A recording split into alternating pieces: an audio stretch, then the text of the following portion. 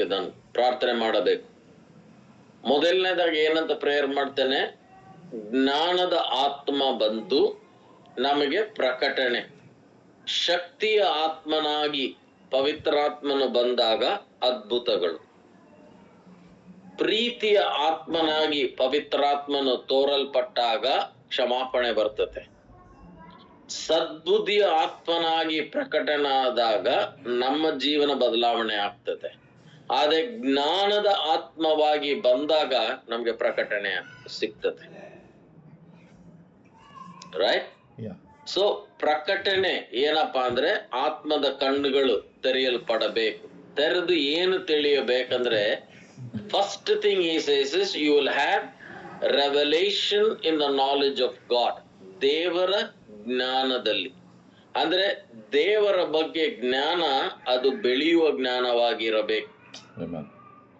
ಎಷ್ಟು ನಾವು ದೇವರಲ್ಲಿ ಜೀವಿಸ್ತೇವೋ ಅಷ್ಟು ಇನ್ನ ಹೆಚ್ಚು ನಾವು ದೇವರನ್ನು ತಿಳಿದುಕೊಳ್ಳಬೇಕು.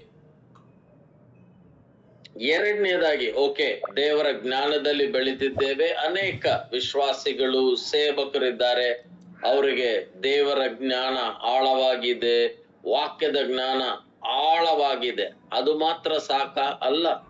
ಎರಡನೇದು ಏನ್ ಪ್ರೇಯರ್ ಮಾಡ್ತಾ ಇದ್ದಾನೆ ಅಂದ್ರೆ that you will know, English ಅಲ್ಲಿ ಹೇಳಿ ಅದನ್ನ ಹಂಗೆ ಕನ್ನಡದಲ್ಲಿ ತರ್ಜುಮೆ ಮಾಡ್ತೇನೆ, you will know the hope or the objective of your calling. ಅಂದ್ರೆ ಕರೆ ಬಗ್ಗೆ ಮಾತಾಡ್ತಾ ಇದ್ದಾನೆ. ರೈಟ್? ಏನಂತ ಕರೆಯ ಬಗ್ಗೆ? ಕರೆಯನ್ನು ನೀನು ತಿಳಿದುಕೊಳ್ಳಬೇಕಂತ ಹೇಳ್ತಾ ಇಲ್ಲ, ಆ ಕರೆಯ ಉದ್ದೇಶದ ಜ್ಞಾನ ಇರಬೇಕು ನಿನಗೆ. Is not praying for you only to know your calling, he is praying you will know the purpose of your calling. Amen.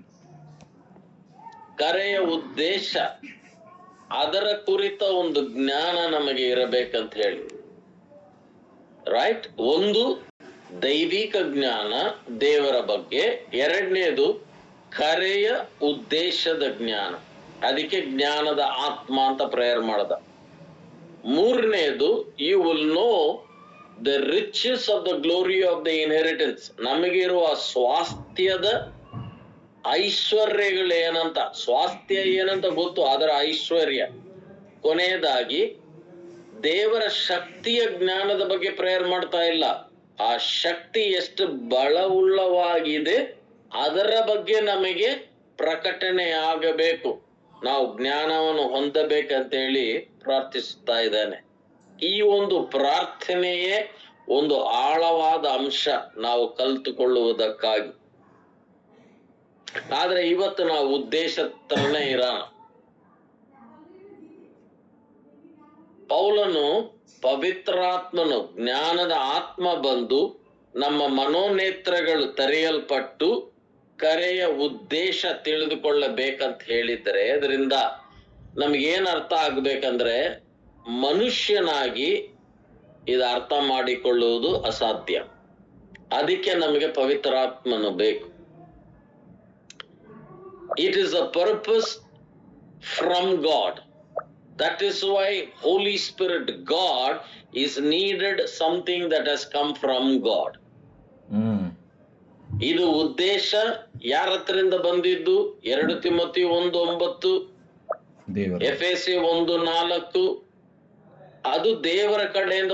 ಆ ಒಂದು ಉದ್ದೇಶದ ಜ್ಞಾನಕ್ಕೆ ದೇವರೇ ಪವಿತ್ರಾತ್ಮನಾಗಿ ಬಂದು ನಮಗೆ ಪ್ರಕಟಣೆ ಕೊಡಬೇಕು.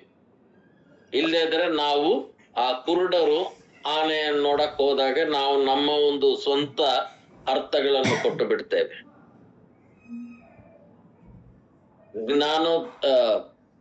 ಜೆನೆಸಿಸ್ ಆದಿಕಾಂಡ 1ನೇ ಅಧ್ಯಾಯ 26ನೇ ವಚನ ಓದು ಮಗ.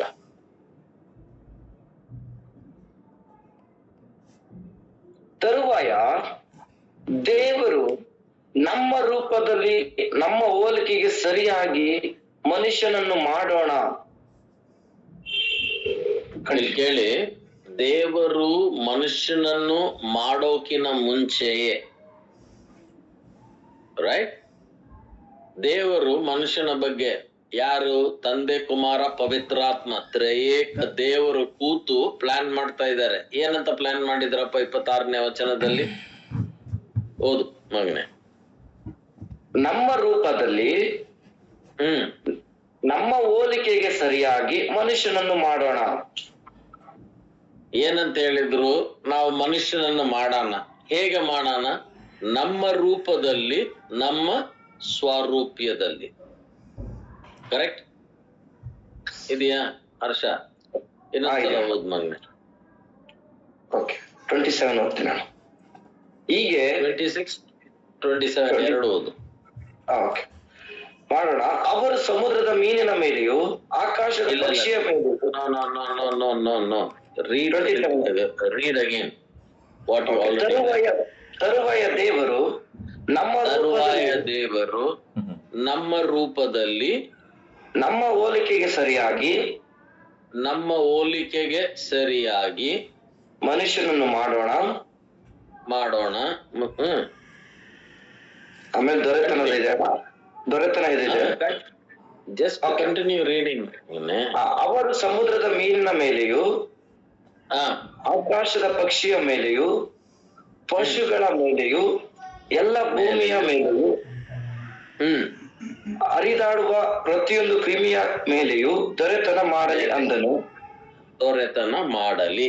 ನನ್ ಕಡೆ ನೋಡ್ರಿ ಪ್ರಿಯರೇ, ಇಲ್ಲಿ ಮನುಷ್ಯನ ಇನ್ನ ಮಾಡ್ಲಿಲ್ಲ. ಎಲ್ಲರೂ ಹೇಳ್ರಿ, ಇನ್ನ ಮಾಡ್ಲಿಲ್ಲ. ಮಾಡೋಕಿನ ಮುಂಚೆನೆ ಪ್ಲಾನ್ ಮಾಡಿದಾನೆ ಆದಾಮನನ್ನು. ಏನಂತ ಪ್ಲಾನ್ ಮಾಡ್ದ? ಮೊದಲನೇದಾಗಿ ಮನುಷ್ಯನನ್ನು ಮಾಡೋಣ ನಮ್ಮ ರೂಪದಲ್ಲಿ, ಇನ್ ಅವರ್, ಇಂಗ್ಲಿಷ್ ಅಲ್ಲಿ ಇನ್ ಅವರ್ ಇಮೇಜ್. ನಂಬರ್ 2, ನಮ್ಮ ಇನ್ ಇಂಗ್ಲಿಷ್ ಲೈಕ್ನೆಸ್, ನಮ್ಮ ಸ್ವರೂಪ್ಯದಲ್ಲಿ, ರೂಪದಲ್ಲಿ, ಸ್ವರೂಪ್ಯದಲ್ಲಿ ಅಂದ್ರೆ ಪರ್ಸನಾಲಿಟಿ, ರೈಟ್? ಅಂಡ್ 3rd, ದೊರೆತನ ಮಾಡಲಿ, ಉದ್ದೇಶ. ಅಂದ್ರೆ ಮನುಷ್ಯನನ್ನು ಮಾಡೋಕಿನ ಮುಂಚೆಯೇ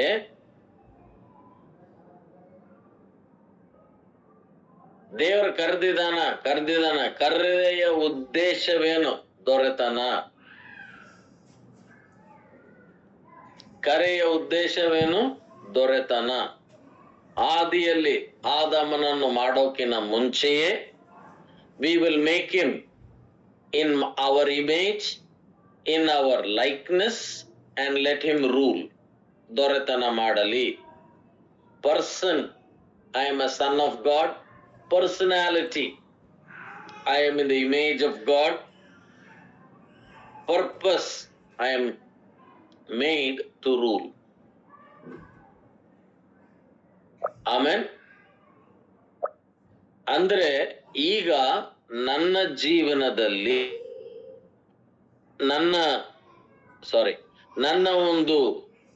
ನಮ್ಮ ಜೀವನದಲ್ಲಿ ದೇವರು ನಮಗೆ ಕೊಟ್ಟಿರುವ ಉದ್ದೇಶ ಏನಂದ್ರೆ ಇಡೀ ಸೃಷ್ಟಿಯ ಭೂಮಿಯ ಮೇಲೆ ದೊರೆತನ ಮಾಡಬೇಕು. ಅಂದ್ರೆ ಈಗ ದೇವರು ಪರಲೋಕದಲ್ಲಿದ್ದ, ಆ ಪರಲೋಕದ ದೇವರು ಮನುಷ್ಯನನ್ನು ಮಾಡೋಕಿನ ಮುಂಚೆಯೇ ಆತನು ನಮ್ಮ ಸ್ವರೂಪ್ಯದಲ್ಲಿ, ನಮ್ಮ ಹಾಗೆಯೇ, ಅಂದ್ರೆ personality, purpose was predetermined. ಮಾಡೋಕಿನ ಮುಂಚೆಯೇ. Now, calling is to preach the gospel, but the purpose of the calling, ಕರೆ ಏನಪ್ಪ? ಸುವಾರ್ತೆ ಸಾರಬೇಕು. ಕರೆ ಏನಪ್ಪ? ಸಭೆ ಸ್ಥಾಪನೆ ಮಾಡಬೇಕು. ಆದ್ರೆ ಉದ್ದೇಶ ಏನು? ಇದು ಸ್ವಲ್ಪ ಬೇರೆ ಅಲ್ಲ? ಅದಕ್ಕೆ ಪೌಲನು ಏನಂತ ಪ್ರೇಯರ್ ಮಾಡ್ತಾ ಇದ್ದಾನೆ? ನೀವು ಕರೆ ತಿಳ್ಕೋಬೇಕಂತ ಮಾತ್ರ ಪ್ರೇಯರ್ ಮಾಡ್ಲಿಲ್ಲ. ಆ ಕರೆಯ ಹಿಂದೆ ಉದ್ದೇಶವೇನು? ಎಫೆಸ 4:1 ಓದು ಮಗ. 1, ಕರೆಯ ಜ್ಞಾನ ಇರಬೇಕು, ಕರೆಯ ಉದ್ದೇಶದ ಜ್ಞಾನ ಇರಬೇಕು. 4:1. ಆದುದರಿಂದ ನೀವು ಕರೆಯಲ್ಪಟ್ಟ ಕರೆಯುವಿಕೆಗೆ ಯೋಗ್ಯರಾಗಿ ನಡೆದುಕೊಳ್ಳಬೇಕೆಂದು ಕರ್ತನ ಪ್ರೇಮನ ಎಲ್ಲರೂ ಹೇಳ್ರಿ ಆಕ್ಷನ್. ಮೊದಲನೇ ಅಧ್ಯಾಯದಲ್ಲಿ ಏನ್ ಹೇಳದ? ಆ ಕರೆಯ ಉದ್ದೇಶದ ಜ್ಞಾನ ಇರಬೇಕು.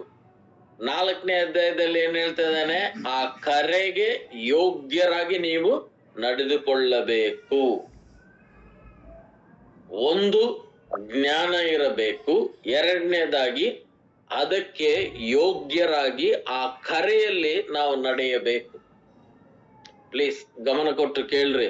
ಒಂದು 20-25 ನಿಮಿಷ ಹೇಳಿ ನಾನು ಪ್ರೇಯರ್ ಮಾಡ್ತೀನಿ ನಿಮ್ಮೆಲ್ಲರಿಗಾಗಿ. ಕರೆ ಏನಪ್ಪ? ಸುವಾರ್ತೆ ಸಾರಬೇಕು. ಕರೆ ಏನಪ್ಪ? ಸಭೆ ಸ್ಥಾಪನೆ ಮಾಡಬೇಕು. ಬಟ್ ಇದರ ಹಿಂದೆ ಇರುವ ಉದ್ದೇಶವೇನು? ಆದಿ ಆದಾಮನಿಗೆ ದೇವರು ಕೊಟ್ಟಿರುವ ಉದ್ದೇಶವೇ ಕೊನೆಯ ಆದಾಮನು ತಂದಿದ್ದು.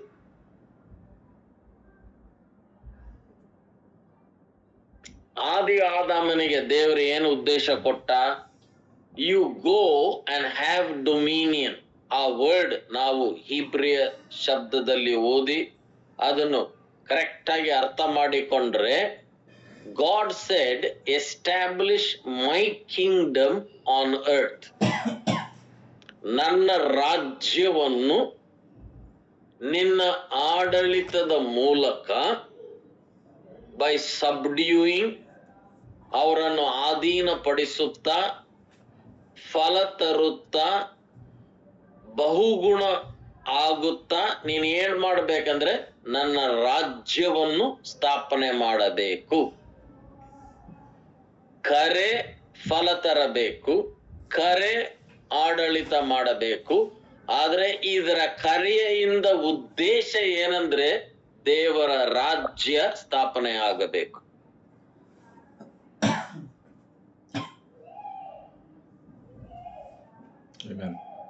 ಈಗ ನಾವು ಹೇಳ್ತೇವೆ ಸುವಾರ್ತೆ ಸಾರಬೇಕು, ಸಭೆ ಸ್ಥಾಪನೆ, ಇದೆರಡೇ ನಮಗೆ, ರೈಟ್? ನಮ್ ಕನ್ನಡ ಹಾಡು ಕೂಡ ಹಾಡ್ತಿರ್ತೇವೆ, ಸುವಾರ್ತೆ ಇಲ್ಲದ ಊರಲ್ಲಿ ಸುವಾರ್ತೆ ಇರಬೇಕು, ಸಭೆಗಳಿಲ್ಲದ ಗ್ರಾಮ ಇರಲೇಬಾರದು. Praise God. ಓಕೆ, ಸುವಾರ್ತೆ ಮತ್ತು ಸಭೆ ಅದು ಕೊನೆಯ ಉದ್ದೇಶ. If that is the ultimate goal, ಎರಡನೇ ಬರವಣಿಗೆ ಆದ ಮೇಲೆ ಆಫ್ಟರ್ ಸೆಕೆಂಡ್ ಕಮಿಂಗ್ ಸುವಾರ್ತೆ ಇರ್ತದ?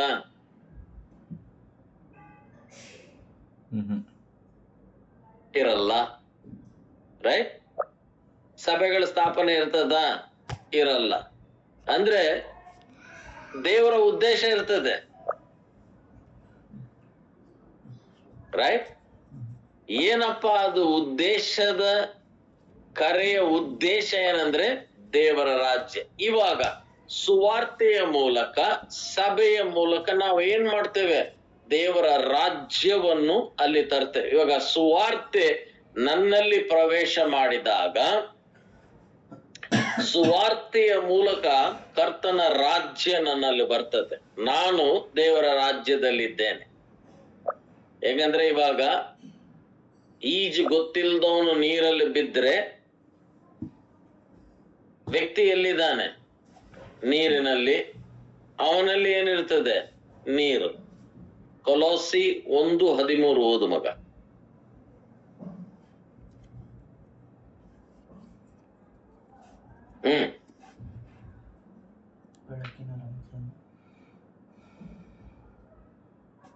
ಕೊಲೋಸಿ 1:13.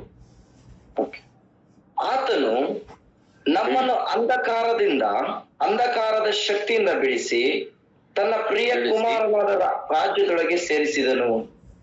ಆಮೆನ್. ಸುವಾರ್ತೆಯ ಮೂಲಕ ಅಂಧಕಾರದಿಂದ ನಾವು ಬಿಡಿಸಲ್ಪಟ್ಟು ಎದರಲ್ಲಿ ಸೇರಿಸಲ್ಪಟ್ಟಿದ್ದೇವೆ?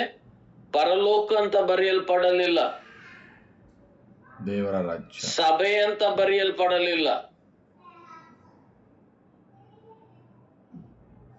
ದೇವರ ರಾಜ್ಯದಲ್ಲಿ ಸೇರಿಸಲ್ಪಟ್ಟಿದ್ದೇವೆ.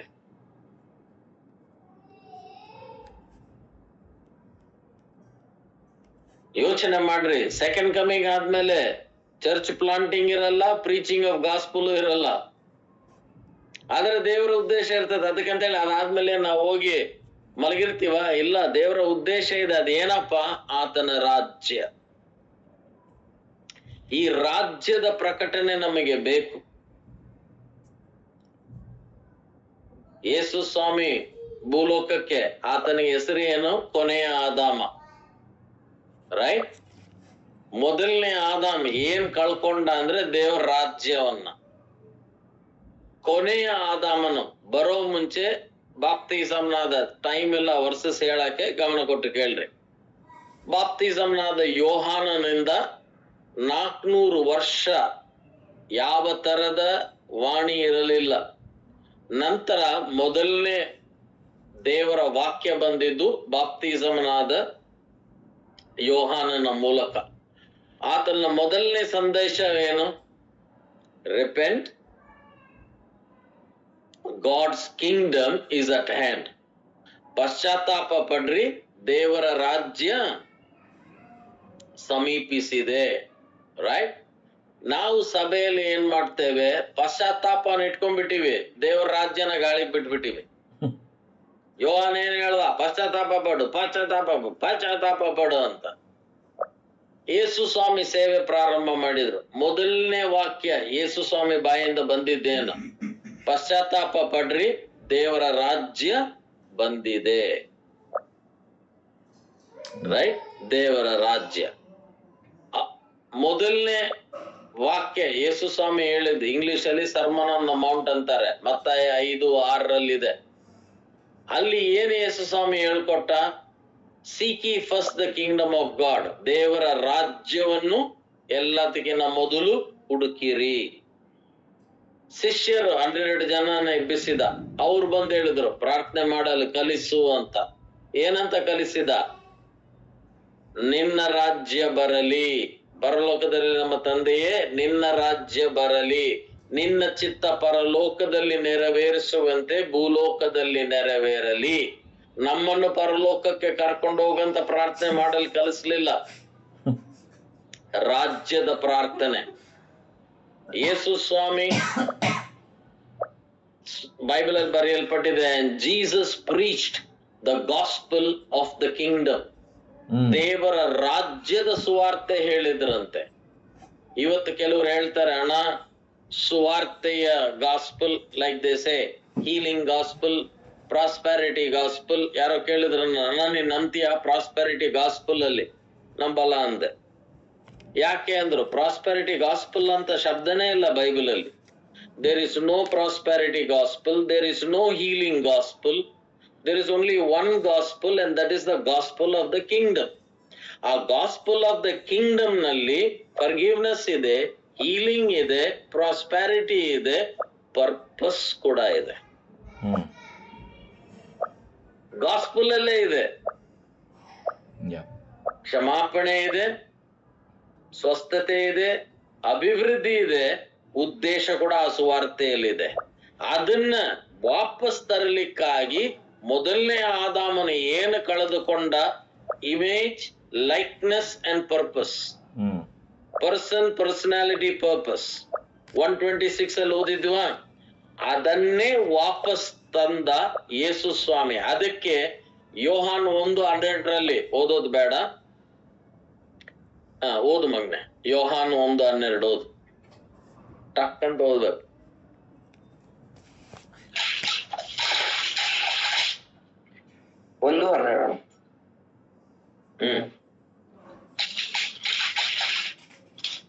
ಫಸ್ಟ್ ಜಾನ್ 1:12 ಜಾನ್ 1:12 ಸುವಾರ್ತೆ, ಯೋಹಾನ್ ಸುವಾರ್ತೆ.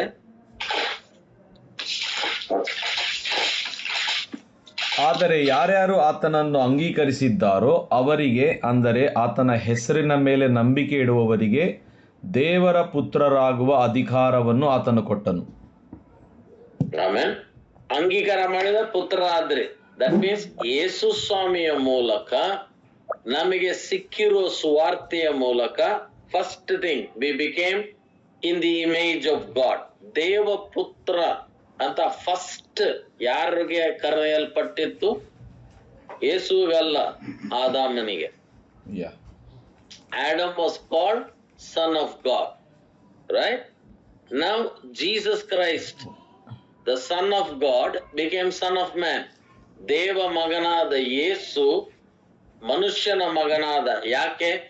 ಆತನಲ್ಲಿ ವಿಶ್ವಾಸ ಇಡುವ ಪ್ರತಿಯೊಬ್ಬರು ನಾವು ದೇವ ಪುತ್ರರು ಅಥವಾ ದೇವ ಮಕ್ಕಳಾಗುತ್ತೇವೆ. First thing restored is identity, personality.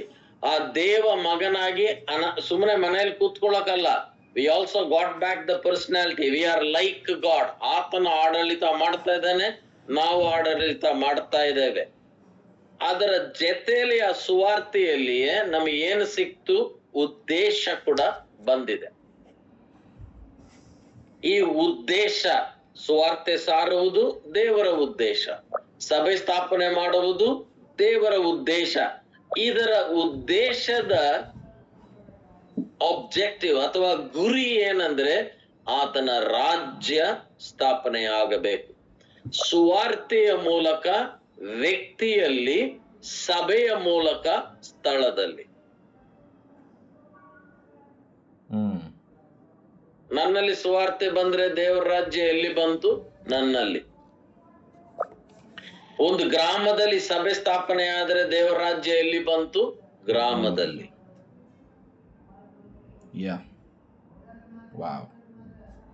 ಸುವಾರ್ತೆ ಸಭೆ ಎಂಡ್ ಆಗ್ತದೆ, ಸೆಕೆಂಡ್ ಕಮಿಂಗ್ ಆದ್ಮೇಲೆ ದೇವರ ರಾಜ್ಯ ಮುಂದುವರಿತದೆ.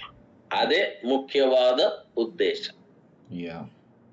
ಆದ್ರೆ ಈ ದೇವರ ರಾಜ್ಯ ಸುವಾರ್ತೆ ಸಭೆ ಇಲ್ದಂಗ ಬರಲ್ಲ. ಇವೆರಡು ವಾಹನಗಳಿದ್ದಂಗೆ. ಆಮೆನ್. ದೇವರ ರಾಜ್ಯವನ್ನು ಸ್ಥಾಪನೆ ಮಾಡುವುದೇ ಆದಾಮನ ಉದ್ದೇಶ. ಏನ್ ಆತನು ಮೊದಲನೇ ಆದಾಮ್ ಕಳೆದುಕೊಂಡನೋ ಅದನ್ನೇ ಪುನಃಸ್ಥಾಪನೆ ಮಾಡುವುದಕ್ಕಾಗಿ ಯೇಸು ದೇವ ಮಗನು ಮನುಷ್ಯ ಮಗನಾದ. ಯಾಕಂದ್ರೆ ಮೊದಲನೇ ಆದಾಮನು ದೇವ ಮಗನು, ಪಾಪದ ಮೂಲಕ ಮನುಷ್ಯ ಮಗನಾದ. ಅದಕ್ಕೆ ದೇವ ಮಗನಾದ ಯೇಸು ಮನುಷ್ಯ ಮಗನಾಗಿ ನಮ್ಮೆಲ್ಲರನ್ನು ಆ ಸುವಾರ್ತೆಯ ಮೂಲಕ, ತನ್ನ ಮರಣ ಪುನರುತ್ಥಾನದ ಮೂಲಕ ಸುವಾರ್ತೆಯಲ್ಲಿ ನಾವು ನಂಬಿಕೆ ಇಟ್ಟಾಗ ಮನುಷ್ಯ ಮಕ್ಕಳಾದ ನಾವು ದೇವ ಮಗನಾಗಿ ಎದರಲ್ಲಿ ಪ್ರವೇಶ ಮಾಡುತ್ತೇವೆ? ಕೊಲೋಸಿ 1:13 ಪ್ರಕಾರ ದೇವರ ರಾಜ್ಯ. ಓದ್ಬೇಡ, ಹೇಳು. ದೇವರ ರಾಜ್ಯದಲ್ಲಿ. Everything is about God's kingdom. ಇದು ಉದ್ದೇಶದ, it is the objective of the calling, ಕರೆಯ ಉದ್ದೇಶ. ಆದರೆ ಸುವಾರ್ತೆ ಸಭೆ ಇಲ್ಲದಂಗ ದೇವರ ರಾಜ್ಯ ಬರಲ್ಲ. ಆಮೆನ್. ಅದಕ್ಕಾಗಿಯೇ ನಾವು ಈಗ ನಮ್ಮ ಕ್ರೈಸ್ತವ ಜೀವನದಲ್ಲಿ ನಾವು ದೇವರ ಒಂದು ಜ್ಞಾನ ಇದೆ, ವಾಕ್ಯದ ಜ್ಞಾನ, ದೇವರಿಗೆ ಸ್ತೋತ್ರ. ಆದ್ರೆ ಪೌಲನು ಏನ್ ಪ್ರೇಯರ್ ಮಾಡದ? ಎಫೆಸೆ 1:17 ಜ್ಞಾನದ ಆತ್ಮ ಬಂದು ದೇವರ ಬಗ್ಗೆ ಹೆಚ್ಚಿನ ಜ್ಞಾನ, ಆತನ ಕರೆಯ ಉದ್ದೇಶದ ಜ್ಞಾನ ಇರಬೇಕು. ಕರೆ ಗೊತ್ತು. ಯಾರಪ್ಪ ನಿನ್ ಕರೆ? ನಾನ್ ಪಾಸ್ಟರ್. ಏನಪ್ಪ ನಿನ್ ಕರೆ? ನಾನ್ ಸುವಾರ್ತಿಕ. ಈ ಪಾಸ್ಟರ್ ಮತ್ತು ಸುವಾರ್ಥ, ಪ್ರೀಚರು ಪಾಸ್ಟರ್, ಉದ್ದೇಶ ಏನು? ಉದ್ದೇಶ ಬಂದು ದೇವರ ರಾಜ್ಯ. ನನ್ ರಾಜ್ಯ ಅಲ್ಲ, ನಿನ್ ರಾಜ್ಯ ಅಲ್ಲ, ದೇವರ ರಾಜ್ಯ. ಅದರಲ್ಲಿ ನಾವು ಆಡಳಿತ ಮಾಡಬೇಕು. ಆಮೆನ್. ಆದ್ರೆ ಇವತ್ತು ಏನಾಗ್ಬಿಟ್ಟಿದೆ? ಎಲ್ಲರೂ ತಮ್ಮ ರಾಜ್ಯಗಳನ್ನು ಕಟ್ತಾ ಇದ್ದಾರೆ. ಅಲ್ಲೇ ನಾವು ತಪ್ಪು ಹೋಗ್ತಾ ಇದ್ದೇವೆ. ದೇವರ ರಾಜ್ಯದ ಬಗ್ಗೆ ನಮ್ಗೆ ಆ ಪ್ರಕಟಣೆ ಆದರೆ ನಮ್ಮ ಜೀವಿತದ ಶೈಲಿಯ ಬದಲಾವಣೆ ಆಗ್ತದೆ. But we must be committed to this cause of Christ. ಈ ಒಂದು ಕ್ರಿಸ್ತನ ಕರೆ. ಎಫೆಸೆ 4:1 ಪೌಲನು ಆ ಸಭೆಯನ್ನು ಏನಕ್ಕೆ ತಯಾರು ಮಾಡ್ತಾ ಇದ್ದಾನೆ? ಪರಲೋಕಕ್ಕೆ ಹೋಗಕ್ಕೆ ತಯಾರು ಮಾಡ್ತಾ ಇಲ್ಲ. ಇವತ್ತು ನಾವು ಅನೇಕ ಸಭಾಪಾಲಕರು ನೋಡಿದ್ರೆ ಏನಕ್ಕಪ್ಪ ನೀನು ಸಿದ್ಧ ಮಾಡ್ತಾ ಇದ್ದೇನೆ, ಹೆಂಗನ ಪರಲೋಕ ಸೇರ್ಬಿಡ್ಬೇಕು. ಹೆಂಗಂದ್ರೆ ಈ ಟ್ರೈನ್ ಹತ್ತಕ್ ಲಾಸ್ಟ್ ಮಿನಿಟ್ ಅಲ್ಲಿ ಬರ್ತಾರ ನೋಡಿರ, ಓಡು ಬಂದ್ ಧಬಕ್ಕಂದು ಅಬ್ಬೋ ಏರಿದ್ವಪ್ಪ ಅಂತ, ರೈಟ್? ಆ ರೀತಿಯಲ್ಲಿ ಅನೇಕ ಕ್ರೈಸ್ತವರು ಇದ್ದಾರೆ. ಅದಕ್ಕೆಲ್ಲ ನಾವು ತಯಾರು ಮಾಡಬೇಕಾದದ್ದು. ಪೌಲನ ಇಡೀ ಎಫೆಸ ಪತ್ರಿಕೆ ನೀವು ಓದ್ರಿ, ಆ ಇಡೀ ಸಭೆಯನ್ನು ದೇವರ ಕರೆ, ದೇವರ ಉದ್ದೇಶಕ್ಕಾಗಿ ತಯಾರು ಮಾಡುತ್ತಾ ಇದ್ದ. ಒಂದು, ಜ್ಞಾನ ಹೊಂದಬೇಕು. ಎರಡು, ಆ ಉದ್ದೇಶಕ್ಕಾಗಿ ನಾವು ಸಿದ್ಧತೆ ಹೊಂದಬೇಕು. ಎಫೆಸ 4:12 ಓದು ಮಗನೆ. ಒಂದು, ಜ್ಞಾನ ಇರಬೇಕು. ಅದು ಯಾವ ರೀತಿ ಸಿಗ್ತದೆ? ಪ್ರಾರ್ಥನೆ, ಪವಿತ್ರಾತ್ಮನ ಮೂಲಕ. ಪರಿಶುದ್ಧರನ್ನು ಯೋಗ್ಯ ಸ್ಥಿತಿಗೆ ತರುವ ಕೆಲಸಕ್ಕೋಸ್ಕರವು, ಸೇವೆಯ ಕೆಲಸಕ್ಕೋಸ್ಕರವು, ಕ್ರಿಸ್ತ ದೇಹವು ಅಭಿವೃದ್ಧಿ ಆಗುವುದಕ್ಕೋಸ್ಕರವು ಆತನು ಇವರನ್ನು ಅನುಗ್ರಹಿಸಿದನು. 10ನೇ ವಚನದಿಂದ ಓದು ಮಗನೇ, ಅರ್ಥ ಸರಿಗಾಗ್ಲಿ. ಇಳಿದು ಬಂದಾತನು ಮೇಲಣ ಎಲ್ಲ ಆಕಾಶಗಳಿಗಿಂತ ಉನ್ನತವಾಗಿ ಏರಿ ಹೋದಾತನೇ. ಆದುದರಿಂದ ಆತನು ಸಮಸ್ತವನ್ನು ತುಂಬಿದವನಾದನು. ಆತನು ಕೆಲವರನ್ನು ಅಪೊಸ್ತಲರನ್ನಾಗಿಯೂ, ಕೆಲವರನ್ನು ಪ್ರವಾದಿಗಳನ್ನಾಗಿಯೂ, ಕೆಲವರನ್ನು ಸುವಾರ್ತಿಕರನ್ನಾಗಿಯೂ, ಕೆಲವರನ್ನು ಸಭಪಾಲಕರನ್ನಾಗಿಯೂ, ಉಪದೇಶಿಗಳನ್ನಾಗಿಯೂ ಮಾಡಿದನು. ಕೇಳಿ ನನ್ ಕಡೆ ನೋಡ್ರಿ, ಇಲ್ಲಿ ಎಫೆಸೆ ಒಂದು ಪತ್ರಿಕೆ, ರೈಟ್? ಈ ಪತ್ರಿಕೆಯನ್ನ ಭಾಗವಾಗಿ ಓದಬಾರ್ದು, ಕಂಪ್ಲೀಟ್ ಆಗಿ ಓದಬೇಕು. ಸ್ಟಾರ್ಟಿಂಗ್ 4th ವರ್ಸ್ ಏನ್ ಹೇಳ್ದ? ಉದ್ದೇಶದ ಬಗ್ಗೆ ಮಾತಾಡ್ದ. 17ನೇ ವಚನ ಏನ್ ಹೇಳ್ದ? ಉದ್ದೇಶದ ಬಗ್ಗೆ ಪ್ರಾರ್ಥನೆ ಮಾಡ್ದ. 4ನೇ ಅಧ್ಯಾಯ 1ನೇ ವಚನ ಏನ್ ಹೇಳ್ದ? ಉದ್ದೇಶಕ್ಕೆ ಯೋಗ್ಯರಾಗಿ ನಡಿ ಅಂದ, ಕರೆಗೆ ಯೋಗ್ಯರಾಗಿ. 10ನೇ ವಚನದಿಂದ ಈಗ ಏನ್ ಹೇಳ್ತಾ ಇದ್ದಾನೆ? ಉದ್ದೇಶಕ್ಕಾಗಿ ಸಿದ್ಧಪಡ್ರಿ. ಹೇಗೆ? ರೈಟ್? ನನ್ ಕಡೆ ನೋಡ್ ಹರ್ಷ, ಓದ್ಬೇಡ. ಈ ಉದ್ದೇಶ ಸಿದ್ಧತೆಗಾಗಿ ನಮ್ಮನ್ನು ಸಭೆಯಲ್ಲಿಟ್ಟಿದ್ದಾನೆ. ಸಭೆಯಲ್ಲಿ 5 ತರದ ಸೇವೆಗಳು ಕೊಟ್ಟಿದ್ದಾನೆ. ಅಪೋಸ್ತಲನು, ಪ್ರವಾದಿ, ಸುವಾರ್ತಿಕ, ಸಭಾಪಾಲಕನು, ಬೋಧಕ. ಈ 5 ಸೇವಕರ ಕರೆ ಬೇರೆ ಬೇರೆ ಇದೆ. ಅದರ ಉದ್ದೇಶ ಏನಪ್ಪಾ? ಇಲ್ಲಿ ಕಂಟಿನ್ಯೂ ರೀಡಿಂಗ್. ಎಲ್ಲಿ ಬಿಟ್ಟಿ ನೀನದು? ಅಪೋಸ್ತಲ ಅದೆಲ್ಲ ಬಿಟ್ಟಿಯಲ್ಲ, ಅಲ್ಲಿಂದ ಸ್ಟಾರ್ಟ್ ಮಾಡು. ಏನಕ್ಕೆ ಕೊಟ್ಟ? 11ನೇ ವಚನ ಓದು, ಬೇಗ ಓದು. ಕೆಲವರನ್ನು ಅಪೊಸ್ತಲರನ್ನಾಗಿಯೂ, ಕೆಲವರನ್ನು ಪ್ರವಾದಿಗಳನ್ನಾಗಿಯೂ, ಕೆಲವರನ್ನು ಸುವಾರ್ತಿಕರನ್ನಾಗಿಯೂ, ಕೆಲವರನ್ನು ಸಭಾಪಾಲಕರನ್ನಾಗಿಯೂ, ಉಪದೇಶಿಗಳನ್ನಾಗಿಯೂ, ಪರಿಶುದ್ಧರನ್ನು ಯೋಗ್ಯ ಸ್ಥಿತಿಗೆ ತರುವ ಕೆಲಸಕ್ಕೋಸ್ಕರವು, ಸೇವೆಯ ಕೆಲಸಕ್ಕೋಸ್ಕರವು, ಕ್ರಿಸ್ತನ ದೇಹವು ಅಭಿವೃದ್ಧಿ ಆಗುವುದಕ್ಕೋಸ್ಕರವು ಆತನು ಇವರನ್ನು ಅನುಗ್ರಹಿಸಿದನು. ಆಮೆನ್. ಬ್ಯೂಟಿಫುಲ್. ಕೇಳ್ರಿ, ವೆರಿ ಸಿಂಪಲ್ ಇದು, ರೈಟ್? ಏನಕ್ಕೆ ಇಟ್ಟಿದ್ದಾನೆ ಸಭೆಯಲ್ಲಿ ಅಂದ್ರೆ ಒಂದೇ ಕಾರಣ ಅಲ್ಲ, ಮೋರ್ ದೆನ್ ಒನ್. ಮೇನ್ಲಿ 2 ಕಾರಣ.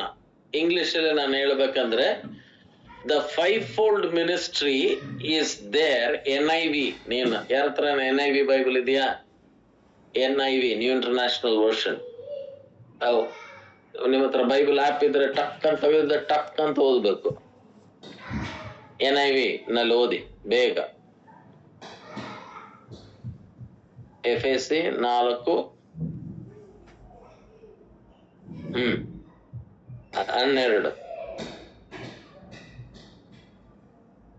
ಸಿಗ್ತಾ ಯಾರಿಗಾನ? ನನಗ್ ಸಿಗ್ತಲ್ಲ ಅವಾಗ್ಲೇ, ಓದ್ಲಾ? ಇಟ್ ಈಸ್ ಟು ಸಿಗ್ತಾ ಹರ್ಷ? ಇಲ್ಲ, ಬಿಟ್ಬಿಡ. ಓಕೆ. ಬೇರೆ ಯಾರಿಗಾನ ಸಿಗ್ತಾ? ಭಾಷಾ ಸಿಗ್ತಾ?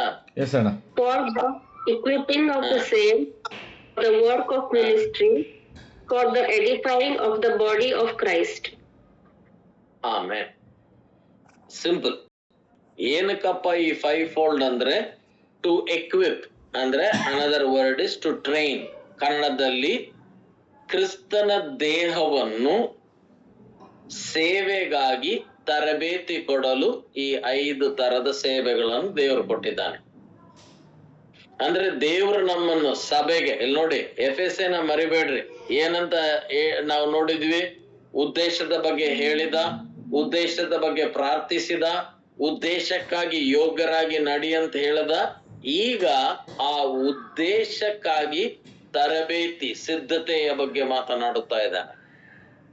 ಹೇಗೆ ಅಂದ್ರೆ ಆಗ್ಲೇ ಫಸ್ಟ್ ಭಾಷಾ ಹೇಳಿರ್ಬೋದು ಅಥವಾ ಹೇಳ್ತಾರೆ, ಒಂದು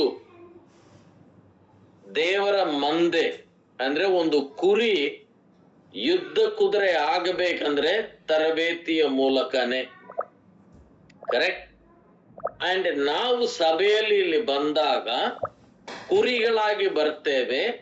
ಸಭೆಯ ಸೇವೆ ನಮಗೆ ಅಲ್ಲಿ ಏನ್ ಮಾಡ್ಬೇಕಂದ್ರೆ ಬೇರೆ ನಮ್ಮ ತಲೆ ಮೇಲೆ ಕೈ ಇಟ್ಟು ಪ್ರಾರ್ಥನೆ ಮಾಡಿ ನಮ್ಮ ಕಾಣಿಕೆಗಳನ್ನ ಎಳ್ಕೋಬಾರ್ದು.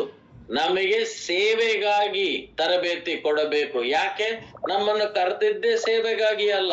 2 ಕೊರಿಂಥಿ 5:17 ಪ್ರಕಾರ ಅಲ್ಲಿ ದಾವೀದನ ಹೇಳ್ತಾನೆ, ಕೀರ್ತನೆ ಸಾಮ್ 18 ಸಿಕಾಯ ಬೇಡತ್ತು ಎಸ್ ಅಣ್ಣ, ಯುದ್ಧ ಕುದುರೆ ಬಗ್ಗೆ.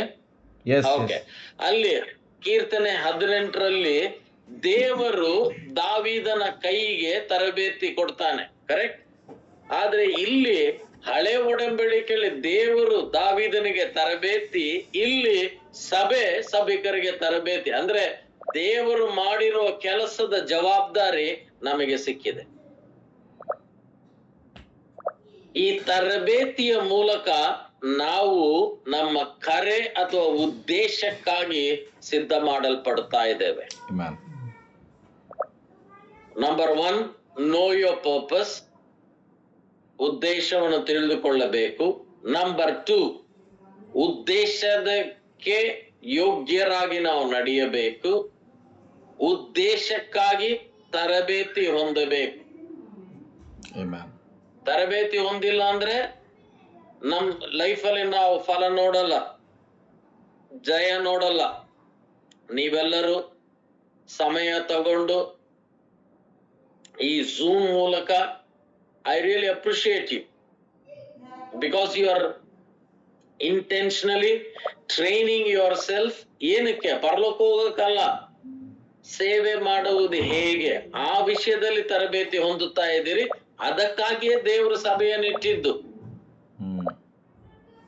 ನಾವು ಅದನ್ನು ಬಿಟ್ಟು, ತರಬೇತಿಯನ್ನು ಬಿಟ್ಟು ಬೇರೆ ಎಲ್ಲಾ ಮಾಡ್ತಾ ಇದ್ದೇವೆ.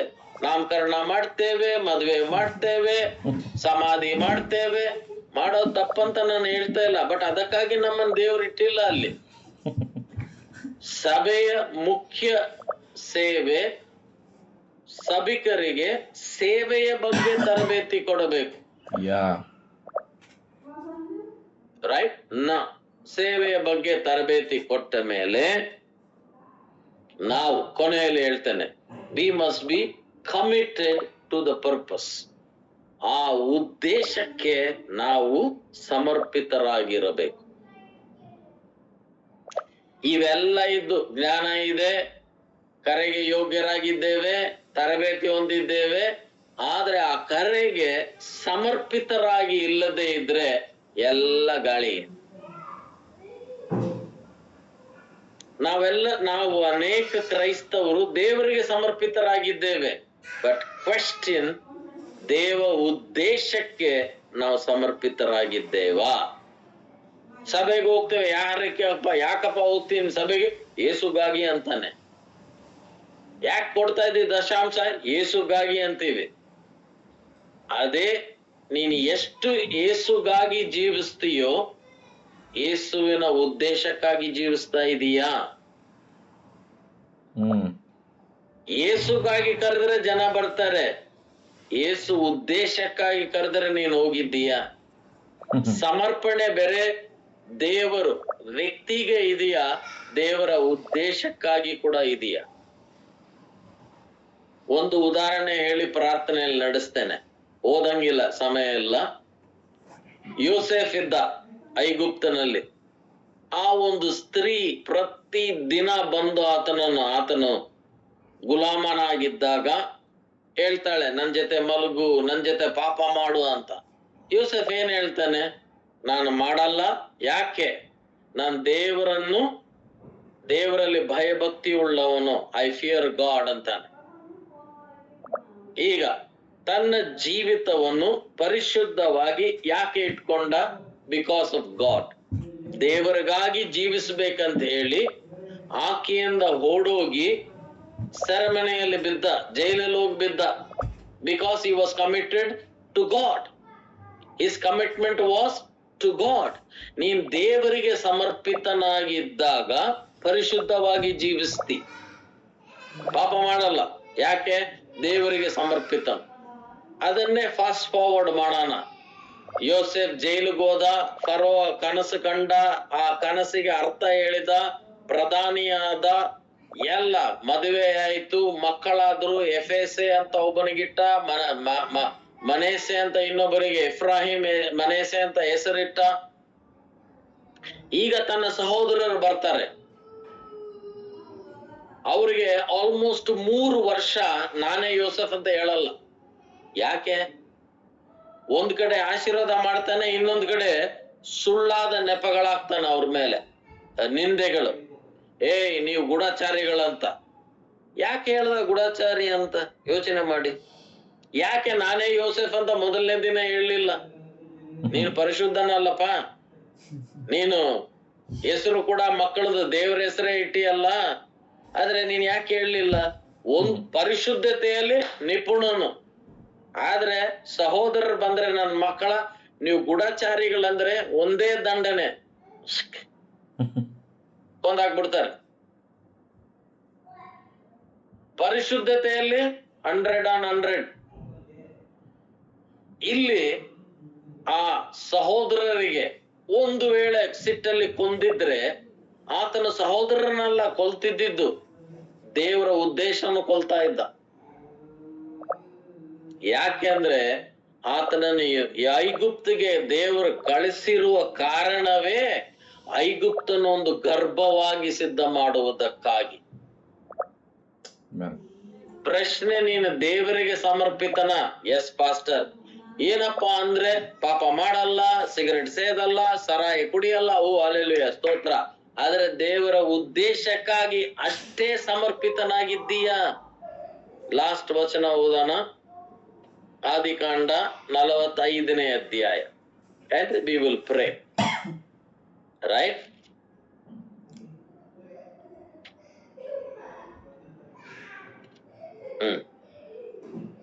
ಮೊದಲನೇ ವಚನದಿಂದ ಓದೋಣ.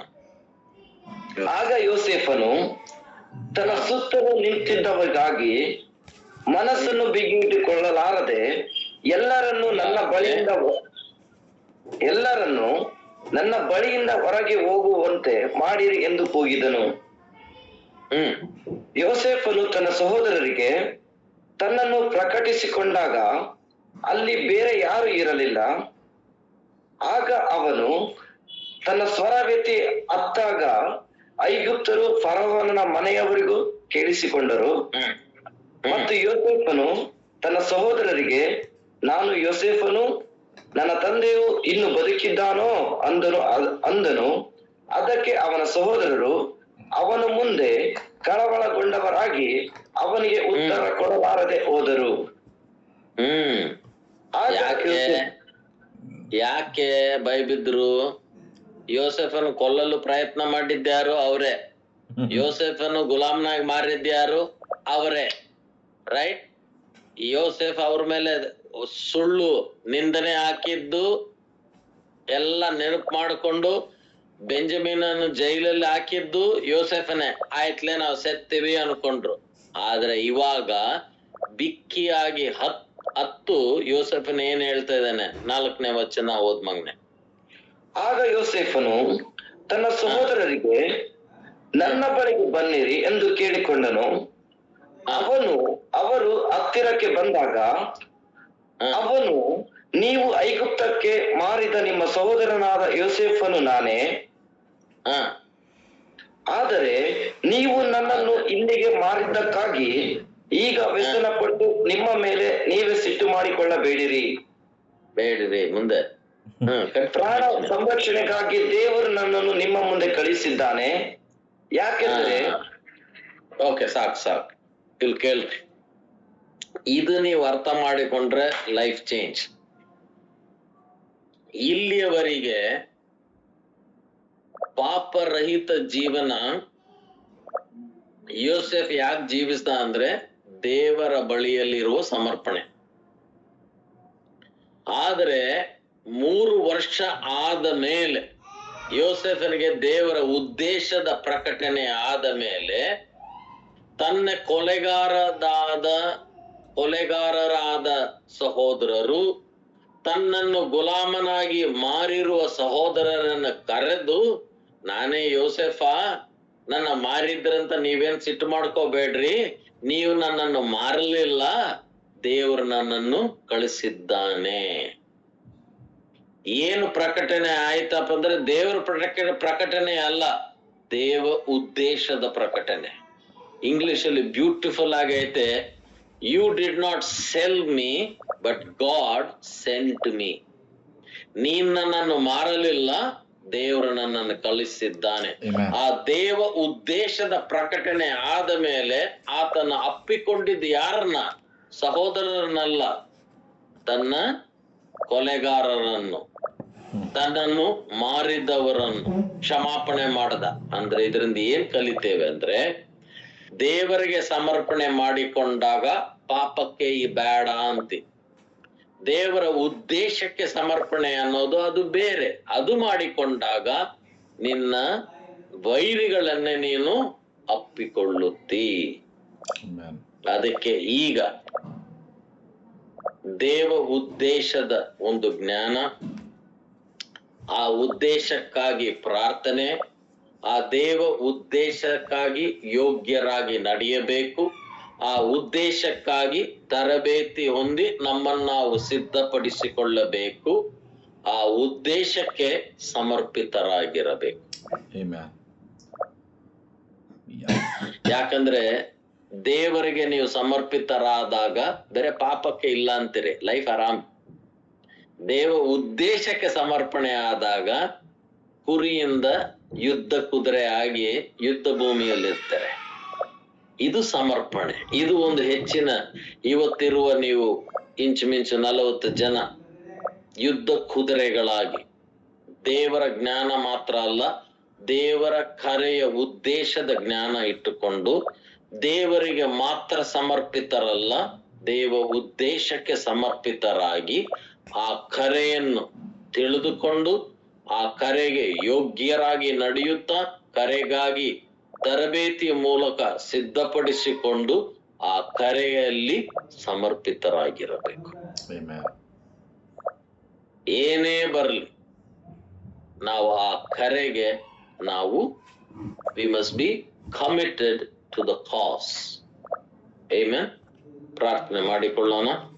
ಪ್ರತಿಯೊಬ್ಬರು ನಾವು ಪ್ರೇಯರ್ ಮಾಡೋಣ. ಪ್ರಿಯರೇ, ದೇವರು ನಿಮ್ಮನ್ನು ಆರಿಸಿಕೊಂಡಿದ್ದಾನೆ, ದೇವ ಉದ್ದೇಶಕ್ಕಾಗಿ ಸಭೆಯನ್ನು ಕೊಟ್ಟಿದ್ದಾನೆ. ಅನೇಕ ಸೇವಕರು ಈ ಒಂದು ತರಬೇತಿಯ ಮೂಲಕ ನೋಡಿ, ನನ್ನ ಜೀವಿತ ಸಾಕ್ಷಿ, ನಾನು ಬಳ್ಳಾರಿಯಲ್ಲಿ ಪ್ರಾರಂಭ ಮಾಡಿದೆ. ಇವತ್ತು ದೇವರು ಅನೇಕ ದೇಶಗಳಲ್ಲಿ ಭಾಷಾ ಸಾಕ್ಷಿ ನೋಡ್ರಿ, ಪಾಸ್ಟರ್ ಭಾಷಾ ಸಾಕ್ಷಿ ಬಳ್ಳಾರಿಯಲ್ಲಿ ಪ್ರಾರಂಭ ಮಾಡಿ ಮೋಕ ಚಿಕ್ಕ ಸಭೆ ಇವತ್ತು 100,000 ಜನರನ್ನು ತರಬೇತಿ ಕೊಟ್ಟಿದ್ದಾನೆ.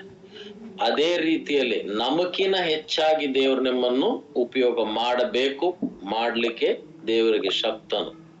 ಆದ್ರೆ ಆ ಉದ್ದೇಶದ ಜ್ಞಾನ ನಂಬರ್ 1 ಅದು ನಮ್ಮಿಂದ ಬರಲ್ಲ. ಅದಕ್ಕೆ ಪವಿತ್ರಾತ್ಮ, ಜ್ಞಾನದ ಆತ್ಮ. ಆಮೇಲೆ 2ನೇದು ಉದ್ದೇಶಕ್ಕಾಗಿ ಯೋಗ್ಯರಾಗಿ ನಾವು ನಡೆಯಬೇಕು, ಪ್ರಾರ್ಥನೆ ಮಾಡಬೇಕು, ಜ್ಞಾನವನ್ನು ಹೊಂದಿಕೊಂಡು ಯೋಗ್ಯರಾಗಿ. ತದನಂತರ ತರಬೇತಿಯ ಮೂಲಕ ಸಿದ್ಧಪಡಬೇಕು, ಆ ಕರೆಗೆ ತಕ್ಕಾಗಿ ನಡೆಯಬೇಕು, ಕರೆಯಲ್ಲಿ ಸಮರ್ಪಿತರಾಗಿರಬೇಕು. ಕಷ್ಟಗಳು ಬರ್ತವೆ, ಸವಾಲು ಬರ್ತದೆ, ಚಾಲೆಂಜ್ ಬರ್ತದೆ, ಕರೆಯನ್ನು ಎಂದಿಗೂ ಮರೆಯಬಾರದು. ಆಮೆನ್. ಯೇಸುಗಾಗಿ, ಯೇಸುವಿನ ಕರೆಗಾಗಿ. ಕೃಪೆಯಿಂದ ರಕ್ಷಣೆ, ಉದ್ದೇಶ ಸಂಕಲ್ಪದ ಮೂಲಕ ಕರೆ. ರಕ್ಷಣೆಯಿಂದ ನೂತನ ಸೃಷ್ಟಿ, ಉದ್ದೇಶದಿಂದ ಸೇವಕನು. ಆಮೇನ್. ಪ್ರಾರ್ಥನೆ ಮಾಡಿಕೊಳ್ಳೋಣ ಬನ್ನಿ. ಹಾಲೆಲೂಯ. ಸ್ತೋತ್ರ ಸ್ತೋತ್ರ ಸ್ತೋತ್ರ ಸ್ವಾಮಿ. ಊರ ಕಲಬ ಶಬಲ ಬಲ ಮಲ ಮಂದನ ಲಭ.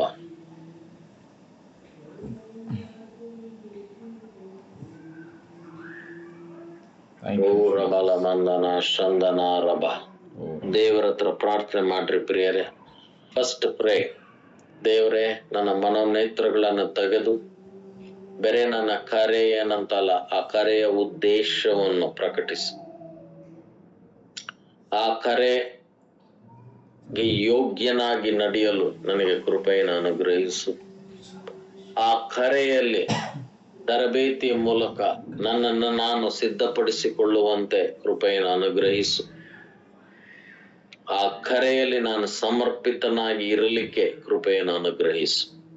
Surrender your life. ನಿಮ್ಮ ಜೀವಿತ ಆ ಕರೆ, ಆ ಉದ್ದೇಶಕ್ಕೆ ಸಮರ್ಪಿಸ್ರಿ ಪ್ರಿಯರೇ. ಸ್ತೋತ್ರ ಯೇಸುವೆ. ನಮ್ಮನ್ನು ಬಹಳವಾಗಿ ಪ್ರೀತಿ ಮಾಡುವ ತಂದೆಯಾದ ದೇವರೇ, ಈ ಒಂದು ರಾತ್ರಿ ವೇಳೆ ಕೊಟ್ಟ ಸಮಯಕ್ಕಾಗಿ ಸ್ತೋತ್ರ. ಅನೇಕ ಸ್ಥಳಗಳಿಂದ ನಿನ್ನ ಪ್ರಿಯ ಮಕ್ಕಳು ಇವತ್ತು ಜೊತೆ ಸೇರಿ ಅಪ್ಪ, ಈ ನಿನ್ನ ಉದ್ದೇಶದ ಕರೆಯಲ್ಲಿ ಅವರು ಜ್ಞಾನದಲ್ಲಿ ತರಬೇತಿಯಲ್ಲಿ ಒಂದು ಸೇರಿದ್ದಾರೆ. ಅವರ ಮೇಲೆ ಪವಿತ್ರಾತ್ಮನೇ ನೀನು ಬಾ, ಇಳಿದು ಬಾ. ಜ್ಞಾನದ ಆತ್ಮವೇ ಇಳಿದು ಬಾ, ಶಕ್ತಿಯ ಆತ್ಮವೇ ಇಳಿದು ಬಾ. ತಂದೆಯಾದ ದೇವರೇ, ಇವರ ಜೀವನದಲ್ಲಿ ಒಂದು ನೂತನ ಪ್ರಾರಂಭವನ್ನು ಮಾಡು. ಪ್ರತಿಯೊಬ್ಬರು ತಂದೆಯಾದ ದೇವರೇ ಎದ್ದು, ಅವರು ಏನೇ ಇರಲಿ, ವಿದ್ಯಾರ್ಥಿಗಳಾಗಿರಲಿ, ಮನೆಯಲ್ಲಿ ಜೀವಿಸುವವರಾಗಿರಲಿ, ಅಥವಾ ಏನೇ ಕೆಲಸದಲ್ಲಿರಲಿ, ಆದ್ರೆ ನಿನ್ನ ಉದ್ದೇಶ ಅನ್ನೋದು ಪ್ರತಿಯೊಂದು ನೂತನ ಸೃಷ್ಟಿಗಿದೆ ಸ್ವಾಮಿ. ಮುಟ್ಟಿ ಆಶೀರ್ವದಿಸು. In the name of the Lord Jesus I pray, every human limitation will break in the name of Jesus. ಪ್ರತಿಯೊಂದು ಮನುಷ್ಯನ ಸಾಧಾರಣವಾಗಿರುವ ಮಿತಿಗಳು ಮುರಿಯಲ್ಪಡಲಿ. ಸೈತಾನನ ನೊಗೆಗಳು, ಮಾಂಸದ ನೊಗೆ ಮುರಿಯಲ್ಪಡಲಿ ಯೇಸುವಿನ ನಾಮದಲ್ಲಿ. ನಿನ್ನ ಜನರನ್ನು ಎಬ್ಬಿಸು, ಮುಟ್ಟು ಆಶೀರ್ವದಿಸು. ಅಬ್ರಹಾಮನಿಗೆ ಹೇಳಿದ್ದಿ, ನಾನು ನಿನ್ನನ್ನು ಆಶೀರ್ವದಿಸುತ್ತೇನೆ, ಜನಾಂಗವಾಗಿ ಮಾಡ್ತೇನೆ, ಮತ್ತು ನಿನ್ನನ್ನು ಒಂದು ಆಶೀರ್ವಾದವಾಗಿ ಮಾಡ್ತೇನೆ, ಜನಾಂಗಗಳಿಗೆ ಆಶೀರ್ವಾದವಾಗಿ. ಆ ರೀತಿಯಲ್ಲಿ ಎಬ್ಬಿಸು ತಂದೆಯಾದ ದೇವರೇ. In the name of Jesus I pray, bless them, I release your blessing upon them. ನಿನ್ನ ಮಗನಿನ ಸೇವಕನಾಗಿ ಅವರನ್ನು ಆಶೀರ್ವದಿಸುತ್ತೇನೆ ತಂದೆಯಾದ ದೇವರೇ. ಎದ್ದು ಪ್ರಕಾಶಿಸಲಿ, ಎದ್ದು ಆಶೀರ್ವಾದವಾಗಿ ಇರಲಿ, ಕರೆಯಲ್ಲಿ ನಡೆಯಲಿ, ಕರೆಯನ್ನು ನೆರವೇರಿಸಲಿ. ಕೊಟ್ಟ ಸಮಯಕ್ಕಾಗಿ ಸ್ತೋತ್ರ. ಯೇಸುವಿನ ನಾಮದಲ್ಲಿ ಪ್ರಾರ್ಥಿಸಿದ್ದೇವೆ ತಂದೆಯಾದ ದೇವರೇ. Amen. Amen. Amen. Amen. God bless you. Amen. Bless you. Thank you ಭಯ್ಯ. Thank you so much. Wonderful word. ತುಂಬ ಥ್ಯಾಂಕ್ಸ್ ಅಣ್ಣ. ಎಲ್ಲರೂ ಆಶೀರ್ವಾದ ಹೊಂದಿದ್ದೀರಿ. ಅಣ್ಣಗಾಗಿ ನಾವೆಲ್ಲರೂ ಪ್ರಾರ್ಥನೆ ಮಾಡೋಣ.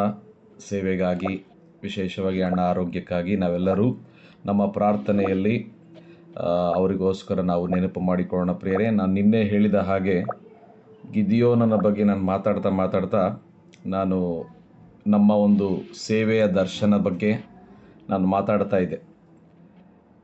ಒಬ್ಬ ನಾಯಕರನ್ನು ನಾವು ನೋಡಿ ಅವರನ್ನು ನಾವು ಒಂದು ಮಾದರಿಯಾಗಿ ಇಟ್ಟುಕೊಂಡು ನಾವು ಸೇವೆ ಮಾಡಿದರೆ ದೊಡ್ಡ ಕಾರ್ಯಗಳನ್ನು ನಾವು ಮಾಡ್ತೇವೆ. ಇವತ್ತು ನಾನು ನಮ್ಮ ನಾಯಕರನ್ನು, ಅದರಲ್ಲಿ ಪ್ರಾಮುಖ್ಯವಾಗಿ ಶ್ರೀನಿವಾಸ ಅಣ್ಣನನ್ನು ನನ್ನ ಜೀವಿತದಲ್ಲಿ ಒಂದು ದೊಡ್ಡ ಮಾದರಿಯಾಗಿ, ಎಕ್ಸಾಂಪಲ್ ಆಗಿ ಅವರನ್ನು ನೋಡುತ್ತಾನೆ, ದರ್ಶನವನ್ನು ನೋಡುತ್ತಾ ಯೇಸುವಿನ ಸೇವೆಗೆ, ಯೇಸುವಿನ ಉದ್ದೇಶಕ್ಕೆ ಸಮರ್ಪಣೆ ಜೀವಿತವನ್ನು ನಾವು ಜೀವಿಸ್ತಾ ಇದ್ದೇವೆ. ಈ 4 ವರ್ಷದಲ್ಲಿ ನಾವು ಸುಮಾರು 3,000ಕ್ಕಿಂತ ಹೆಚ್ಚು ಜನರಿಗೆ ಈ ರೀತಿಯಾಗಿ ತರಬೇತಿ ಕೊಟ್ಟಿದ್ದೇವೆ.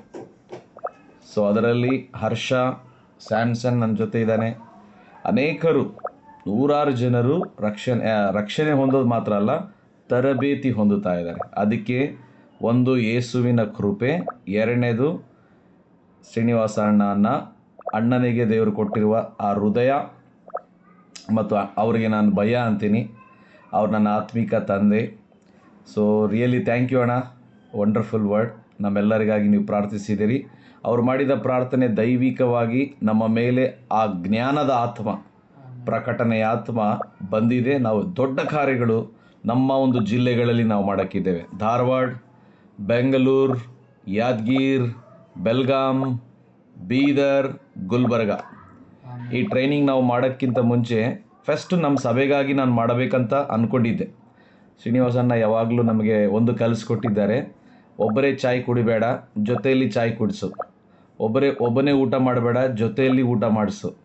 ನಾನು ನನ್ನ ಸಭೆಗಾಗಿ ತರಬೇತಿ ಮಾಡಬೇಕು, ಒಂದು 20 ಜನ ಅಂತ ಅಂದ್ಕೊಂಡಿದ್ದೆ ನಮ್ಮ ಸಭೆಗಾಗಿ. ಬಟ್ ಅಣ್ಣ ಕಲಿಸ್ಕೊಟ್ಟಿದ್ದು ಪ್ರತಿಯೊಂದು, ಅದು ಅನೇಕ ವಿಷಯಗಳಿದ್ದಾವೆ. ನಾನು ಅಣ್ಣನಿಗೆ ಭಾಳ ಕೃತಜ್ಞತೆ ಉಳ್ಳವರಾಗಿದ್ದೇವೆ. ಅಣ್ಣ ಕಲಿಸ್ಕೊಟ್ಟಿದ್ದು ಅದನ್ನು ಕಾಪಾಡಿಕೊಳ್ತೇವೆ, ಅದನ್ನು ಮುಂದೆ ತೆಗೆದುಕೊಂಡು ಹೋಗ್ತೇವೆ ಅಣ್ಣ. Thank you. ಕೊನೆಯದಾಗಿ ಪ್ರಾರ್ಥನೆ ಮಾಡಿ ನಾವು ಮುಗಿಸ್ಕೊಳ್ಳೋಣ. ಪ್ರಾರ್ಥನೆ ಮಾಡೋಕ್ಕಿಂತ ಮುಂಚೆ ಯಾರಿಗಾದರೂ ಏನಾದರೂ ಪ್ರಶ್ನೆ ಅಥವಾ ಡೌಟ್ ಇದ್ದರೆ ಕೇಳ್ಬೋದು. 1 ನಿಮಿಷ. ಈ ಒಂದು ಟಾಪಿಕ್ ನಿಮಗೆ ಹೇಗೆ ಉಪಯೋಗ ಆಯಿತು? ಅಣ್ಣ ಕೂಡ ಇದ್ದಾರೆ. ಹೇಗೆ ನಿಮಗೆ ದೇವರು ಮಾತಾಡ್ದ ಅದರದ್ದು ಅನುಭವ ಒಬ್ಬರು ಅಥವಾ ಇಬ್ಬರು ಹಂಚ್ಕೋಬೋದು. ಬೇಗ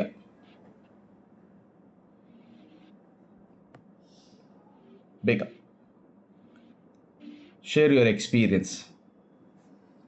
ಪ್ರೈಸ್ ಅಣ್ಣ. ಯಾ, ನಾನೇ ಅಣ್ಣ. ಇವತ್ತು ಖಂಡಿತವಾಗಿಯೂ ಸಹ ಅಣ್ಣನ ಮುಖಾಂತರವಾಗಿ ದೇವರು ಖಂಡಿತ ಮಾತಾಡಿದ್ದಾರೆ. ಸೊ ಕರೆಯ ವಿಷಯದ ಬಗ್ಗೆ ಇಷ್ಟೊಂದು ಆಳವಾಗಿದೆ ಎಂಬುದಾಗಿ ನಾನು ಇವತ್ತಿನ ತಿಳ್ಕೊಂಡೆ.